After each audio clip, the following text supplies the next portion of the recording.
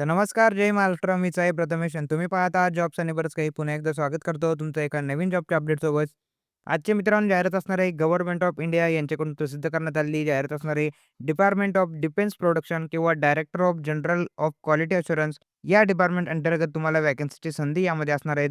Group सीचे यामध्ये पदे असणार आहेत. त्याचबरोबर कोणकोणते विद्यार्थ्यांसाठी अर्ज करू शकतात सर्व डिटेल माहिती व्हिडिओमध्ये सांगणार आहे. व्हिडिओ शेवटपर्यंत नक्की बगा. यामध्ये मित्रांनो वेगवेगळे 3 पदे असणार आहेत. पहिलं पद असणार आहे एम-टी-एस म्हणजेच मल्टीटास्किंग स्टाफ. त्याचबरोबर एल-डी-सी म्हणजेच लोअर डिव्हिजनल क्लर्क आणि सुपरिटेंडंट अशा 3 पदांसाठी व्हॅकन्सी यामध्ये असणार आहे.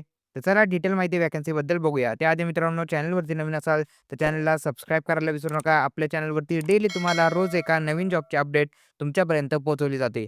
यामध्ये मित्रांनो पहिलं जे पद आहे एम-टी-एस मल्टीटास्किंग स्टाफ यासाठी तुम्हाला पगार असणार आहे 18,000 पासून 56,009 सॅलरी तुमची पर मंथ यामध्ये असणार आहे. त्याचबरोबर एकूण जागा टोटल 5 जागा यामध्ये असणार आहे. कॅटेगरी वाईज विश्लेषण दिलं आहे. अनरिझर्व्ह कॅटेगरीसाठी 2 जागा, एस-सीसाठी 1 जागा, एस-टीसाठी 1 जागा, ई-डब्ल्यू-एससाठी 1 जागा अशा टोटल 5 जागा यामध्ये असणार आहेत. लोअर डिव्हिजनल क्लर्क यासाठी पगार असणार तुम्हाला 19,000 पासून 63,200 इतकी सॅलरी यामध्ये असणार आहे. 3 जागा असणार आहे. अनरिझर्व्ह कॅटेगरीसाठी 2 जागा, ई-डब्ल्यू-एससाठी 1 जागा. त्याचबरोबर सुपरिटेंडंट या पदासाठी 25,000 पासून 81,000 इतकी सॅलरी तुम्हाला यामध्ये असणार आहे. 1 जागा असणार आहे ओबीसी कॅटेगरीसाठी. त्याचबरोबर या पदांसाठी वयोमर्यादा किती लागणार आहे ते बघा. यामध्ये मित्रांनो वयोमर्यादा जास्तीत जास्त 25 वर्ष ही एम-टी-एस या पदासाठी लागणार आहे. कमीत कमी 18 आणि जास्तीत जास्त 25 वर्ष. त्याचबरोबर एल-डी-एस हे जे काही पद असणार यासाठी कमीत कमी 18 वर्ष, जास्तीत जास्त 27 वर्ष हे एज लिमिट मित्रांनो ओपन कॅटेगरीसाठी असणार आहे. इतर ज्या काही कॅटेगरी आहे त्यांना एज रिलॅक्सेशन दिले जाणार आहे. ते सुद्धा पुढे तुम्हाला समजून सांगतो. त्याचबरोबर सुपरिटेंडंटसाठी कमीत कमी 18, जास्तीत जास्त 27 वर्ष एज लिमिट असणार आहे.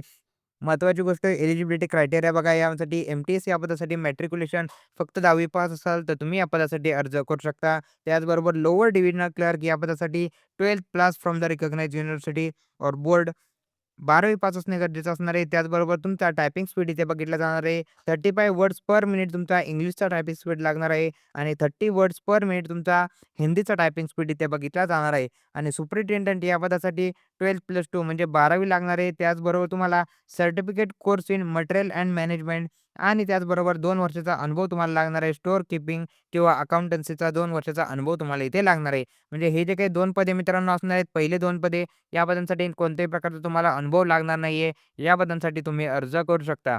त्याचबरोबर एज रिलॅक्सेशन बघा. एस-सी, एस-टी कॅटेगरीसाठी 5 वर्षाचं वयामध्ये सूट दिली जाणार आहे. ओबीसीसाठी 3 वर्षाची सूट वयामध्ये दिली जाणार आहे. त्याचबरोबर यामध्ये तुमची निवड कशाप्रकारे असणार आहे, तुमचं सिलेक्शन यामध्ये कशाप्रकारे असणार आहे ते बघा.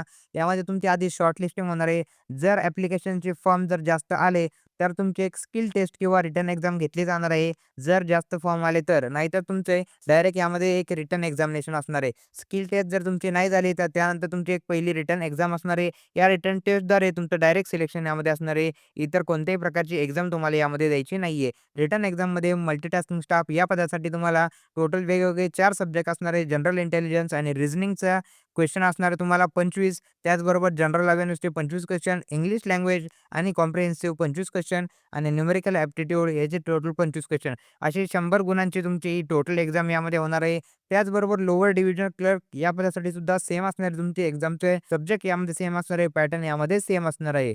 आणि या रिटन एक्झामद्वारे तुमचं सिलेक्शन यामध्ये असणार आहे. त्यानंतर यासाठी अर्ज कसा करायचा? अर्ज हा मित्रांनो तुम्हाला ऑनलाईन पद्धतीने न करता ऑफलाईन पद्धतीने यामध्ये अर्ज करायचा आहे आणि अर्ज हा तुम्हाला ऑफलाईन पद्धतीने या सांगितलेल्या ॲड्रेसवरती तुम्हाला इथे सेंड करायचा आहे. अर्जाचा जो काही फॉर्मॅट असणार आहे तो त्यांनी याच पी-डी-एफमध्ये खाली मेन्शन केला आहे. ते सुद्धा पुढे व्हिडिओमध्ये तुम्हाला दाखवतो.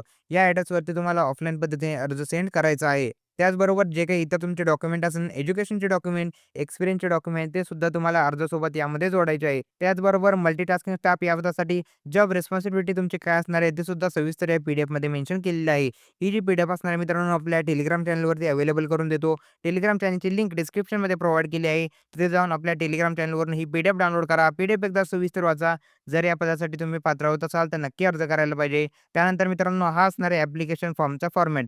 या ॲप्लिकेशन फॉर्मच्या फॉर्मॅटनुसार तुम्हाला ॲप्लिकेशन फॉर्म भरायचा आहे आणि तो ॲप्लिकेशन फॉर्म तुम्हाला ऑफलाईन पद्धतीने वरील सांगितलेल्या ॲड्रेसवरती सेंड करायचा आहे. तर अशा प्रकारे मित्रांनो ही सविस्तर जाहिरात असणार आहे. ही एक चांगली संधी तुमच्यासाठी असणार आहे. या जाहिरातीसाठी जर तुम्ही पात्र होत असाल तर नक्की अर्ज करायला पाहिजे.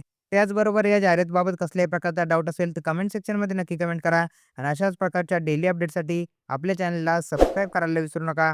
भेटूया पुढच्या व्हिडिओमध्ये.